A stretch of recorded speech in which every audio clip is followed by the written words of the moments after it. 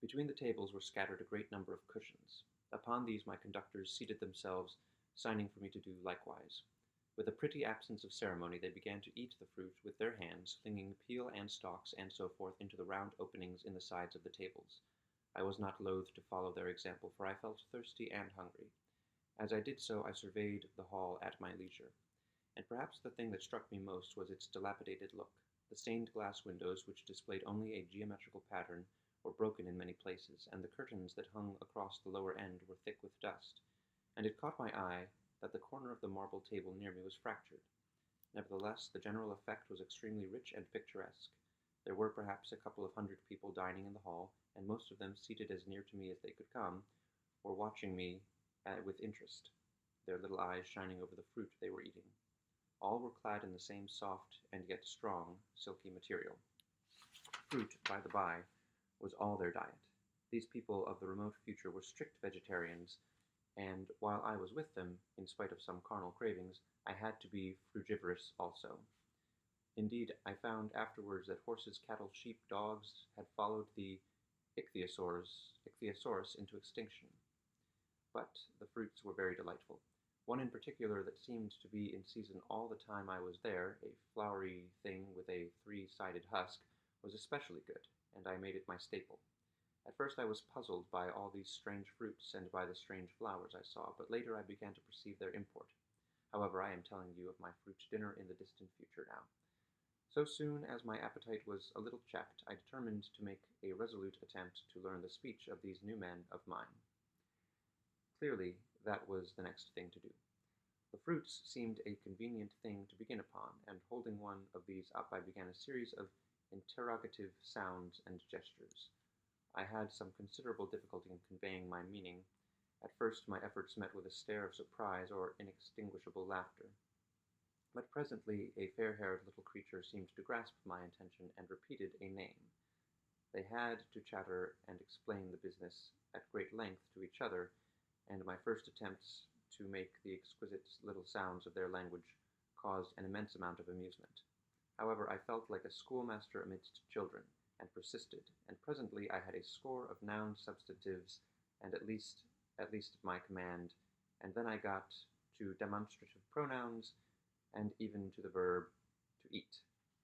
But it was slow work, and the little people soon tired and wanted to get away from my interrogations, so I determined rather of necessity to let them give their lessons in little doses when they felt inclined, and very little doses I found they were before long, for I never met people more indolent or more easily fatigued. A queer thing I soon discovered about my little hosts, and that was their lack of interest. They would come to me with eager cries of astonishment like children, but like children they would soon stop examining me and wander away after some other toy.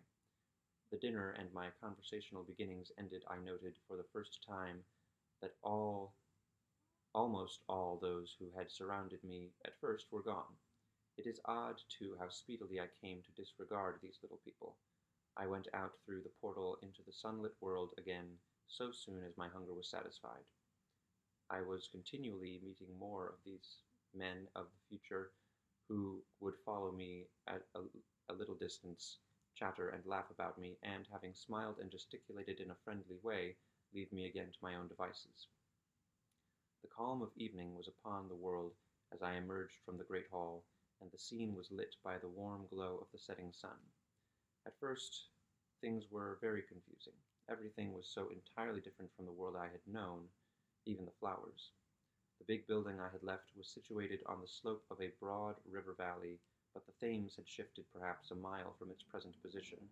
I resolved to mount to the summit of a crest, perhaps a mile and a half away, from which I could get a wider view of this our planet in the year 802,701 AD, for that, I should explain, was the date the little dials of my machine recorded. As I walked, I was watchful for every impression that could possibly help to explain the condition of ruinous splendor in which I found the world, for ruinous it was. A little way up the hill, for instance, was a great heap of granite, bound together by masses of aluminum, a vast labyrinth of precipitous walls and crumbled heaps, amidst which were thick heaps of very beautiful pagoda-like plants. nettles possibly, but wonderfully tinted with brown about the leaves and incapable of stinging.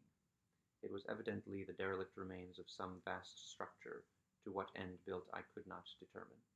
It was here that I was destined at a later date to have a very strange experience, the first intimation of a still stranger discovery, but of that I will speak in its proper place.